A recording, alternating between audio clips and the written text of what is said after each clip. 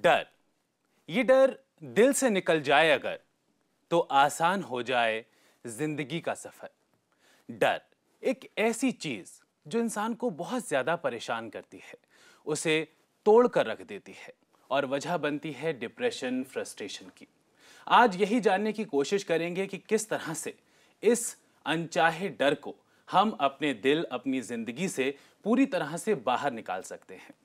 Guidance के लिए हमारे साथ स्टूडियो में मौजूद हैं psychotherapist doctor Sameer Malhotra. Doctor Sameer, बहुत बहुत स्वागत है आपका। धन्यवाद, नमस्कार। इससे पहले कि हम अपने शो की शुरुआत करें, हम रिपोर्ट देख सकते हैं। किसी को ऊंचाई से डर लगता है, किसी को लगता है डर पानी से, कोई आग से डरता है तो कोई हार से। वजह चाहे कोई भी हो, लेकिन अक्सर यही डर हमारे आगे बढ़ते कदमों को रोक देता है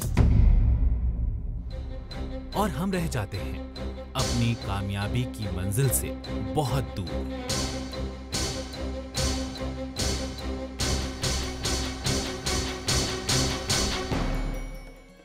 हर किसी के डरने की वजह अलग हो सकती है, पर अंजाम महज एक, और वो है नाकामयाबी। फिर वो रिश्ते हों या जिंदगी, डर का असर हर पहलू पर भारी पड़ता है। लेकिन यकीन मानिए, दुनिया का कोई भी डर कितना भी डरावना क्यों ना हो, पर इंसान की इच्छा शक्ति और आत्मविश्वास से बड़ा नहीं हो सकता। अगर जिंदगी में जीत हासिल करनी है तो सबसे पहले अपने भीतर छिपे हुए डर को हराना होगा, उस डर की गिरफ्त से बाहर आना होगा, क्योंकि डर के आगे ही तो जीत है। डॉक्टर समीर, डर, वजह क्या होती है कि हमारी जिंदगी पर हावी हो जाता है डर? बहुत अहम आपने सवाल पूछा है। पहले तो मैं ये कहूँ कि डर जो है उसकी भी अहमियत है ज़िंदगी में। एक प्रकार की इमोशन है, जैसे खुशी की इमोशन है, उदासी की इमोशन है। ऐसे डर का होना भी ज़रूरी है कुछ हद तक। यदि आप सांप को देखकर या आप शेर को देखकर ना डरें तो कहीं ना कहीं कुछ गलत आगे हो सकता है आपके साथ। तो वो कहीं ना कहीं डर आपके अंदर एक फाइट या फ्लाइट रिस्पॉन्स लेके आती है। या तो उस सिचुएशन को डील करो या अपने आप को बचाओ वहाँ से। और उसके चलते आपके अंदर कई प्रकार के रासायनिक पदार्थ जो हैं वो बढ़ने लगते हैं, जिससे आपका सिस्टम गियर में आने लगता है, या तो लड़ने के लिए या वहाँ से भागने के लिए। तो आपके कहने का मतलब यहाँ पर यह है कि कुछ हद तक डर जो होता है वो पॉजिटिव होता है। और जैसे कि आपने सांप का कहा, शेर का कहा, मुझे लगता है सिचुएशन पर भी यहाँ पर डिपेंड करता है। अगर आप सांप को किसी मतलब पिंजरे के अंदर देख रहे हैं, या फिर अगर आप शेर को किसी पिंजरे के अंदर देख रहे हैं, या फिर आप एक जंगल में है, कार के अंदर से सांप को देख रहे हैं, तो आपको बहुत अच्छा लगता है। लेकिन वही सांप अगर आपकी कार के अंदर आ जाए तो बहुत ज्यादा प्रॉब्लम हो जाती है। पर आपका जो सवाल है बिल्कुल लाजमी है कि डर जब जरूरत से ज्यादा हो जाए या आपको चींटी भी पहाड़ दिखने लगे, तो कहीं ना कहीं आपके अंदर वो स्टिमुलेशन हो रही है जिसकी उस समय इतनी आवश्यकता नहीं है। कई बार लोग क्यों डर की गिरफ्त में आ जाते हैं, जब वो बचपन में इस तरह के कोई ट्रॉमेटिक एक्सपीरियंसेस देख लेते हैं, या कई बार आप कुछ इनहेरिट भी करते हैं घबराहट, एंग्जाइटी रिलेटेड परेशानियों को। और जब कभी आपके साथ खुदा ना खास्ता कोई ऐसा ट्रॉमेटिक इवेंट हुआ है तो आप या तो उसकी मेमोरी मिटा देना चाहते हैं या उस सिचुएशन को अवॉइड करते हैं जहाँ पर, या जो भी सिचुएशन आपको उस ट्रॉमा की याद दिलाती है। तो एक प्रकार के कई तरह के इसके पीछे कारण हैं। कुछ आपकी पर्सनैलिटी है, व्यक्तित्व है, कुछ आपके हालात है, कॉन्टेक्स्ट है, कुछ आपके साथ क्या बीता है जिंदगी के अंदर, आपके अनुभव हैं। और इन सब के चलते यदि डर इतना अधिक हो जाए कि वो फोबिक डिसऑर्डर में तब्दील हो जाए, जिसके चलते आप इन सिचुएशंस को अवॉइड करने लगते हैं और ज़िंदगी को एक टाइट रोप की तरह लेके चल रहे हैं, जहां आप एक स्वाभाविक सरल रूप से नहीं जी पा रहे हैं, चाहे वो आपको ड्राइविंग का डर हो, चाहे भीड़ का डर हो, चाहे हाइट का डर हो, चाहे पानी में तैरने का डर हो, तो कहीं ना कहीं आप अपनी लाइफस्टाइल को रिस्ट्रिक्ट करते चले जा रहे हैं। और इसके पीछे कई रासायनिक पदार्थों का भी फेरबदल पाया गया है।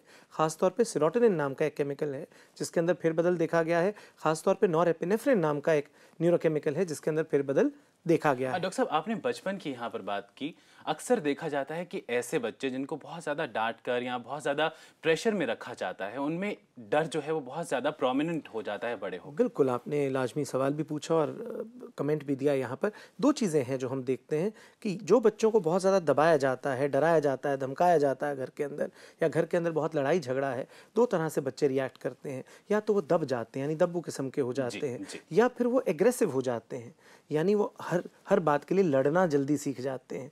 तो या तो लैक ऑफ असर्शन दिखती है या फिर एग्रेशन दिखता है इन बच्चों के अंदर अक्सर, जो देखने में आगे आता है। और कहीं ना कहीं यह आपकी आगे चलकर लाइफ के अंदर कुछ चीज़ों में बाधा बन सकता है, क्योंकि आपकी जो कोपिंग एबिलिटीज़ हैं, जो आपके कॉग्निटिव स्टाइल्स हैं इंटरेक्शन के, उनमें कहीं ना कहीं प्रभाव पड़ने लगता है। बिल्कुल, तो बचपन बहुत ज़्यादा यहाँ पर इम्पॉर्टेंट हो जाता है। ऐसे में मुझे लगता है कि माँ बाप का रोल जो है वो बहुत ज़्यादा इम्पॉर्टेंट हो जाता है। हम अक्सर देखते हैं कि माँ बाप जो है अपने बच्चों को छोटी छोटी बात पर डांटते रहते हैं, आपको ये नहीं करना, वो नहीं करना, और ऐसे में बहुत ज़्यादा दिक्कतें हो जाती हैं। बिल्कुल, और ठीक एक्सट्रीम ऑपोजिट, यदि आप ज़रूरत से ज़्यादा बच्चे को पैम्पर करते हैं, हर चीज़ प्रोवाइड करने लगते हैं जिसकी उसे नहीं भी ज़रूरत है, तब भी कई तरह के डर बच्चे के ज़हन में, सिक्के के दोनों पहलू हैं। फिर आज की डेट पे कई बच्चे हॉरर फिल्म्स भी बहुत देखने लगते हैं, और इस तरह की चीज़ें जब आप बहुत देखते हैं तो कहीं ना कहीं इनका भी प्रभाव आपके मन पर, आपके दिमाग पर, और कहीं ना कहीं आपकी सोच पर देखा गया है। बिल्कुल, मिस्टर श्रीवास्तव हमारे साथ जुड़ गए हैं। जी श्रीवास्तव साहब, बताएं। डॉक्टर साहब नमस्कार। नमस्कार जी, सवाल पूछिए।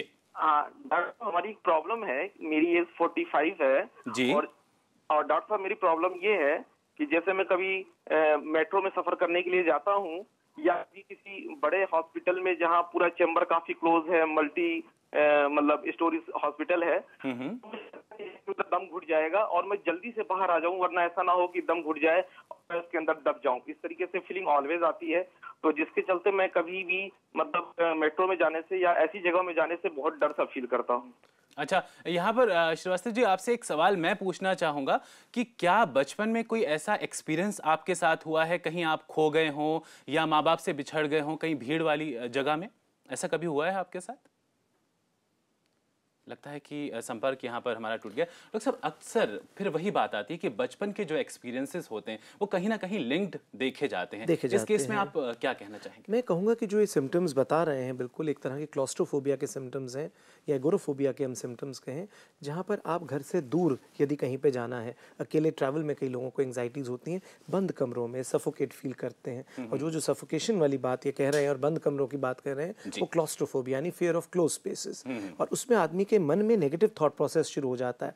यानी जो रिमोटेस्ट ऑफ पॉसिबिलिटी है, कहीं स्टैम्पीड ना हो जाए, कहीं मैं दब ना जाऊं, कहीं मुझे सांस लेने में दिक्कत ना हो, ये सोचने से आपके अंदर एक ट्रिगर मैकेनिज्म है। आप जब ऐसा सोचते हैं तो आपके अंदर का नॉरएड्रेनलिन, नॉरएपिनेफ्रिन जो है केमिकल, वो बढ़ जाता है, जिसके चलते आपके दिल की धड़कनें तेज होने लगती हैं, आपकी सांस आप जल्दी जल्दी लेने लगते हैं, उखड़ने लगती है, और ऐसे में आपको लगता है कि शायद आप वाकई में ही अपना संतुलन खोने लगे हैं। और ये एक विशियस साइकिल बन जाता है, क्योंकि ऐसा जब यदि आपके साथ हो गया भीड़ वाली जगह पर, कभी ऐसा हुआ, तो आपको फिर से वही चीज़ दोबारा से याद आती है और आप उसको अवॉइड करते चले जाते हैं। दो तरह से इस चीज़ को डील करना है। सबसे पहले तो मैं कहूँगा कि एक थायराइड टेस्ट ज़रूर कराएं अपना, ब्लड थायराइड का, क्योंकि अक्सर एंग्जाइटी रिलेटेड डिसऑर्डर्स में थायराइड की भी हम डिस्टर्बेंस देखते हैं, पहली चीज़। दूसरा मैं कहूँगा कि इसके अंदर एक प्रॉपर असेसमेंट के तहत कुछ मेडिकेशन है जिसका बहुत अहम रोल है, उससे काफ़ी फ़ायदा होता है। खासतौर पर सेरोटोनिन स्पेसिफिक रीअपटेक इनहिबिटर्स नाम की श्रेणी की दवाइयाँ हैं, कुछ एंटी एंग्जाइटी ड्रग्स भी हैं जो शुरू के पीरियड में दी जाती हैं, जिससे घबराहट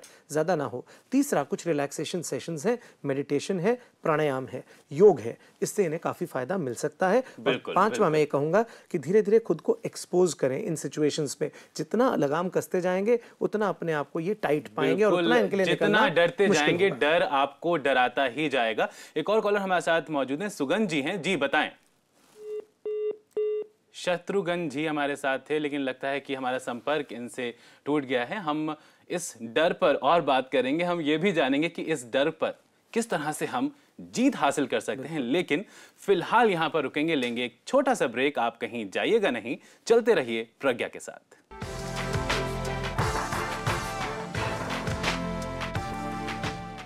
डॉक्टर साहब, ब्रेक से लौटे एक कॉलर हमारे साथ हैं, मनीषा जी हैं लखनऊ से। जी मनीषा जी बताएं। हाँ हेलो, हाँ डॉक्टर साहब, मेरा क्वेश्चन है जी कि मैं जैसे जब घर में अकेली रहती हूँ तो मुझे बहुत डर लगता है। जैसे अगर मैं बाहर रहती हूँ तब तो मैं कंफर्टेबल रहती हूँ, और मैं न्यूक्लियर फैमिली में हूँ, मतलब हस्बैंड वाइफ और मेरी एक बेटी है छोटी। तो मैं जब घर में रहती हूँ तो मेरे मन में अजीब अजीब सी बातें आती हैं, लेकिन अजीब अजीब सी बातें? कैसी बातें? मतलब सिर्फ नेगेटिव बातें ही आती हैं दिमाग में, कोई भी अच्छी बात नहीं आती है। तो कोई एक एग्जाम्पल दीजिए प्लीज, तो हम आपको मतलब बेटर गाइडेंस यहाँ पर दे पाएंगे। हाँ, मतलब मुझे जैसे कि कोई भी आवाज आएगी छोटी सी भी, तो मुझे लगेगा जैसे कि कोई आ गया घर में, या किसी ने दरवाजा नॉक किया, या कोई ट्राई कर रहा है अंदर आने की। मतलब ओके, मतलब आपको ऐसे भूतों वाला डर तो नहीं लगता है ना? मतलब इंसान कोई आ गया है, कुछ ऐसा हो गया, ऐसा डर लगता है आपको? हाँ, इस टाइप का लगता है, और मतलब बहुत ज्यादा लोनलीनेस फील होता है। जी जी जी जी, बिल्कुल बिल्कुल। हम डॉक्टर साहब से जानते हैं कि ऐसे में आप क्या कर सकती हैं, डॉक्टर समीर। बिल्कुल, मनीषा जी ने जो जिक्र किया है यहाँ पर, एक लोनलीनेस का जिक्र किया, और लोनलीनेस कई बार अपने आप में एक बीमारी बन जाती है। ख़ास तौर पर उन लोगों के लिए जो बहुत सेंसिटिव हैं, जो थोड़ी सी सोशल लाइफ लीड करना चाहते हैं, जिन्होंने सोशल लाइफ लीड की है और किसी कारणवश अब लोनलीनेस के शिकार हो रहे हैं। बहुत ज़रूरी है कि जब आप खाली बैठेंगे तो माइंड ज़्यादातर नेगेटिव जाता है, इनसिक्योर माइंड है। कहते हैं कि जब खड़क होती है तो लगता है कोई आ गया है, डरी रहती हैं, सहमी रहती हैं। इनके लिए बहुत ज़रूरी है कि या तो किसी जॉब को पकड़ें जो पार्ट टाइम जॉब है, ताकि अपने घर को भी सुचारू रूप से चला सकें और जॉब में भी थोड़ा सा इनका एक आउटलेट इन्हें मिले। दूसरा, वहाँ पर सोशलाइज भी कर पाएंगी ये जो भी जॉब पकड़ते हैं, चाहे वो टीचिंग जॉब है, इस तरह की चीज़। तीसरा, मुझे लगता है कहीं ना कहीं जब आप किसी काम में एंगेज करते हैं अपने आप को, तो आप एक्शन मोड में हैं, उस समय आप थिंकिंग मोड में इतना नहीं होते हैं, तो आपके नेगेटिव थॉट्स उस समय हावी नहीं होते। और अक्सर जो लोग नेगेटिव थॉट से पीड़ित होते हैं वो ये कहते हैं कि हमें ज़्यादा विचार तब आते हैं जब हमारे पास खाली समय है और हम अकेले बैठे हैं और हम उन बातों को शेयर नहीं कर पा रहे हैं। बहुत ही इंपॉर्टेंट चीज़ यहाँ पर डॉक्टर साहब ने कही है कि जब आप खाली होते हैं तो इस तरह के नेगेटिव थॉट्स जो हैं वो आपके जहन में ज़्यादा आते हैं। तो यहाँ पर ज़रूरत है मनीषा जी कि आपका जो खाली वक्त है उसे आप फिल कीजिए। आप जैसे डॉक्टर साहब ने कहा कि कोई जॉब कर सकती हैं या फिर आप किसी सोशल एक्टिविटी में यहाँ पर इन्वॉल्व हो सकती हैं। अगर आप ऐसा करेंगी तो आपके जो दिल का ये अनजान अनकहा डर है, और मुझे लगता है कि ये बिल्कुल बेकार का डर है, ये आपके दिल से पूरी तरह से बाहर निकल जाएगा। एक और मनीषा जी हमारे साथ फोन लाइन पर मौजूद हैं, गुजरात से हैं ये। जी बताएं। हेलो जी। मेरी एज है 52.5 ईयर्स।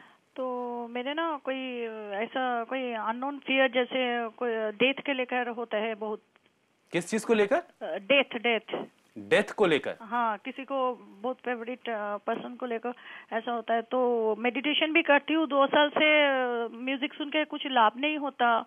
और मनीषा जी, आपको क्या लगता है कि कोई आपको मार देगा या फिर किस तरह की डेथ का आप यहाँ पर जिक्र कर रही हैं? हस्बैंड का ट्रांसफर होने वाला है मुंबई में, मेरी लड़की बाहर में रहते हैं, लड़का भी बाहर चला जाता है, पूरा दिन मेडिकल के रहते हैं, हॉस्पिटल में रहता है, इसलिए बिल्कुल बिल्कुल मनीषा जी, हम आपकी बात समझ रहे हैं। अक्सर ऐसा देखा जाता है कि माएँ जो होती हैं उन्हें इस तरह का डर जो है बहुत ज्यादा सताता है, वो नॉर्मल सा डर होता है, लेकिन यहाँ पर डेथ की बात हो रही है, मुझे लगता है कि प्रॉब्लम है। फियर ऑफ डेथ, जिसे हम थैलेटोफोबिया भी कहते हैं, उससे शायद ये ग्रस्त है। बहुत ज़रूरी है समझना कि जब आप खाली हैं और इनसिक्योर हैं, देखिए एक लेवल के बाद बच्चे बड़े होने लगते हैं, उनकी अपनी ज़िंदगियां होने लगती हैं, आपके पास खाली समय बढ़ता चला जाता है और उस समय आपका सोशल सर्कल इतना रहता नहीं, क्योंकि आप काफ़ी समय बच्चों को दे रहे हैं, बच्चों के पालन में, बच्चे बड़े हो गए, अपनी अपनी ज़िंदगियों में सेटल हो रहे हैं। अब ज़रूरत है ज़िंदगी की वो ख्वाहिशें पूरे करने की जो हमेशा दिमाग में थीं। कहीं ना कहीं कुछ क्रिएटिव हॉबीज़ में एंगेज कर सकती हैं, कुछ ऐसी चीज़ें कर सकती हैं जो इनको बिजी रखें पूरा दिन। एक मकसद डिफ़ाइन करने की यहाँ पे ज़रूरत है। और दूसरा, कुछ ऐसी दवाइयाँ होती हैं जिसके माध्यम से बार बार जो नेगेटिव थॉट्स दिमाग में आते हैं, इन मनीषा जी के सवाल में भी और इनसे पिछले भी कॉलर के सवाल में, कि कुछ ऐसी दवाइयाँ भी हैं जो प्रॉपर असेसमेंट के तहत हम देते हैं, जिनके चलते नेगेटिव थॉट्स, जो चेन ऑफ थॉट्स बनता है, जिसको हम रूमिनेशंस कहते हैं, उन्हें कम काफ़ी हद तक किया जा सकता है, जिससे कहीं ना कहीं आपका मन भी उगता है और आप आगे पॉजिटिविटी देखते हैं बजाय उस नेगेटिविटी में एंगेज होने के। बिल्कुल, यहाँ पर दवाओं के साथ एक पॉजिटिव सोच जो है वो भी बेहद ज़रूरी है। आप जितना हो सके पॉजिटिव सोचिए। आपके बेटे हों या बेटी हों, वो अब इस काबिल हो गए हैं, आपने उनको बड़ा कर दिया है, वो अपनी रिस्पॉन्सिबिलिटी समझ सकते हैं, अपनी हिफाजत कर सकते हैं। बस आप ऊपर वाले से प्रे कीजिए और जितना हो सके आप कांटेक्ट में रहिए, उनको गाइडेंस आप दीजिए, क्योंकि एक माँ की गाइडेंस तो पूरी ज़िंदगी भर हमें ज़रूरत रहती है। लेकिन जो आपका ये डर है, जो ये मुझे लगता है फालतू का डर है, आप इसे अपनी ज़िंदगी से पूरी तरह से बाहर निकाल दीजिए, क्योंकि जब आप पॉजिटिव सोचेंगी तो आपकी ज़िंदगी में पॉजिटिव ही होगा। सुरभि जी हमारे साथ फोन लाइन पर मौजूद हैं। जी कहें। सुरभि जी, आप तक हमारी आवाज पहुंच रही है? हेलो जी, सवाल पूछिए। मेरे हस्बैंड को पीरियड्स आते हैं। आपके हस्बैंड को पीरियड्स आते हैं, लेकिन उनके दिमाग में इसके साथ साथ नेगेटिव थॉट्स भी आ जाते हैं। उनकी एज जान सकते हैं और ये प्रॉब्लम कब से है? उनको 2000 में आए थे, सन 2000 में।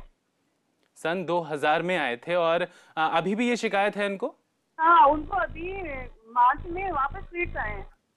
बिल्कुल, हम डॉक्टर साहब से जानेंगे कि ऐसे में आप क्या कर सकती हैं। आपको हम प्रॉपर गाइडेंस देने की पूरी कोशिश करेंगे, लेकिन फिलहाल मेंस में रुकेंगे, लेंगे एक छोटा सा ब्रेक।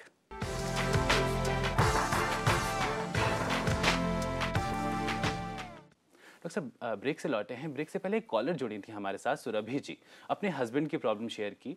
उनको फिट्स आते हैं और एक अनजान सा डर सताता रहता है। बिल्कुल, क्या कहेंगे आप? मैं ये कहूँगा कि सुरभि जी, आपके हस्बैंड को एक डिटेल न्यूरोसाइकाइट्रिक असेसमेंट की ज़रूरत है, जिसके तहत EEG एक टेस्ट होता है, जिसके चलते हम ये देख पाते हैं कि क्या ब्रेन के अंदर कुछ ऐसे सेंटर्स हैं जहाँ पे इलेक्ट्रिकल इम्पल्सेस बढ़ गए हैं।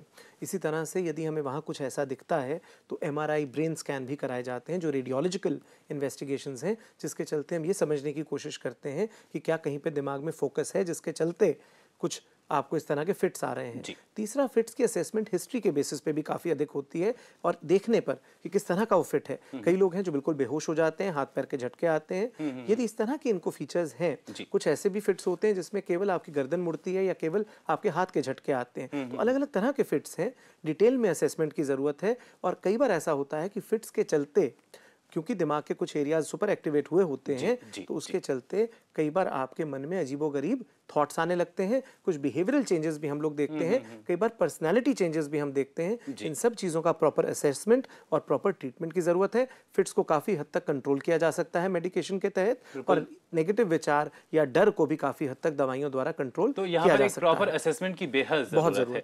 हमारे साथ महेश जी फोन लाइन पर मौजूद हैं। जी, कहें। हेलो जी महेश जी, सवाल पूछिए। हाँ, अहमदाबाद से महेश बोल रहा हूँ। जी बोलिए। हेलो जी जी, आपकी आवाज हम तक पहुंच रही है, सवाल पूछिए। इसमें क्या है, मैं जब गाड़ी लेके जाता हूँ जी, मैं नेगेटिव, मुझे बहुत ख्याल आते हैं। जी, किस तरह के ख्याल आते हैं आपको? जी जी, किस तरह के ख्याल आते हैं आपको? लेके जा रहा हूँ, मैं गाड़ी लेके जा रहा हूँ तो मुझे लगता है मेरा अभी ट्रक के नीचे आ जाऊंगा, मैं एक्सीडेंट हो जाएगा, अभी मर जाऊंगा। तो महेश जी, क्या कभी ऐसा हुआ है आपका, कोई मतलब खुदा न करे कहीं आपका एक्सीडेंट या ऐसी कोई चीज हुई है पास्ट में? कभी नहीं, कभी नहीं, कभी नहीं, कभी ऐसा नहीं हुआ है? या फिर कहीं कहीं ऐसा हुआ हो घर में, फैमिली में, किसी और का ऐसा आपने सुना हो, किसी करीबी का? नहीं, कभी नहीं, कभी ऐसा नहीं हुआ। डॉक्टर साहब, क्या वजह मानते हैं आप? देखिए, वजहों तो कई तरह की हो सकती हैं, पर इसमें एक चीज़ को समझना है कि जो इस समय परेशानी इनको है, उसमें ये कहीं ना कहीं रिस्ट्रिक्ट कर रहे हैं खुद को, ये ड्राइव नहीं कर पा रहे हैं। और जो स्टिमुलस है आसपास का, उसको ओवर एस्टिमेट कर रहे हैं दिमाग में कि कहीं एक्सीडेंट ना हो जाए मेरा। ओवर कॉशियस भी जब आप ड्राइव करते हैं, ज़रूरत से ज़्यादा कॉशन लेके, तब भी आप अच्छे से नहीं चला पाते हैं। तो यहाँ पर ज़रूरत है समझने की कि ये कब से इनके साथ ऐसा हो रहा है। शुरू से ही ऐसा हो रहा है कि भाई इनकी ड्राइविंग स्किल्स इतनी अच्छी नहीं है, या ये अभी ऐसा होने लगा है इनके साथ? और यदि ऐसा इनके साथ होने लगा है अभी, तो ये भी साथ में समझने की ज़रूरत है कि इनकी नींद भूत पे किसी तरह का कोई असर तो नहीं हो रहा, भूख इनको ठीक लग रही है या नहीं लग रही है, नींद डिस्टर्ब तो नहीं है, नेगेटिव विचार केवल एक्सीडेंट को लेकर ही हैं या और चीज़ों को लेकर भी आ रहे हैं, क्योंकि हो सकता है कि डिप्रेसिव डिसऑर्डर के स्पेक्ट्रम में इस तरह के सिम्टम्स इनके पनप रहे हैं। ये प्रॉपर असेसमेंट के तहत देखा जा सकता है कि क्या परेशानी इनको है। और उसके साथ साथ मुझे लगता है कुछ तो दवाइयों का असर काफ़ी अच्छा होता है। साथ साथ अपने आप को बहुत अधिक रिस्ट्रिक्ट ना करें। यदि आपको लगता है आपके अंदर कोई ड्राइविंग स्किल की कमी है, उसे सीखने की कोशिश करें और पहले छोटे छोटे शॉर्ट डिस्टेंसेस के लिए ड्राइव करें। शुरू में किसी को साथ लेकर ड्राइव करें, धीरे धीरे अकेले ड्राइव करने की कोशिश करें। जब आप एक बार उस फियर को ओवरकम करते हैं, छोटे छोटे हर्डल्स को ओवरकम करते हैं, तो फिर आपके अंदर एक कॉन्फिडेंस आता है बड़ी हर्डल को ओवरकम करने का। और जितनी बार आप उन हर्डल्स को क्रॉस करते हैं, आपका कॉन्फिडेंस लेवल बढ़ता ही जाता है। और यहाँ पर मुझे लगता है कि मेडिटेशन भी आपकी काफी हद तक मदद कर सकता है। अकेले में जाइए और कुछ वक्त अपने साथ बिताइए, अपने आप से कुछ सवाल पूछिए कि जो डर आपको लग रहा है वो क्यों लग रहा है, इसके पीछे की वजहें क्या हैं। जवाब आपको जरूर मिलेगा। डॉक्टर साहब, आप स्टूडियो में आए, इतनी सारी इंफॉर्मेशन आपने हमेशा की तरह हमारे दर्शकों के साथ शेयर की, बहुत बहुत शुक्रिया। धन्यवाद। तो हम आपसे बस यही कहना चाहेंगे कि डर पर जीत हासिल करने का सिर्फ और सिर्फ एक ही तरीका है, and that is you have to face it, क्योंकि जब तक आप उससे डरते रहेंगे वो आपको डराता रहेगा, जब तक आप उससे भागते रहेंगे वो आपको भगाता रहेगा। लेकिन जिस दिन आप रुक गए, थम गए और आपने डर की आंखों में आंखें डालकर देख लिया, यकीन मानिए वो डर आपकी जिंदगी से यूं चला जाएगा।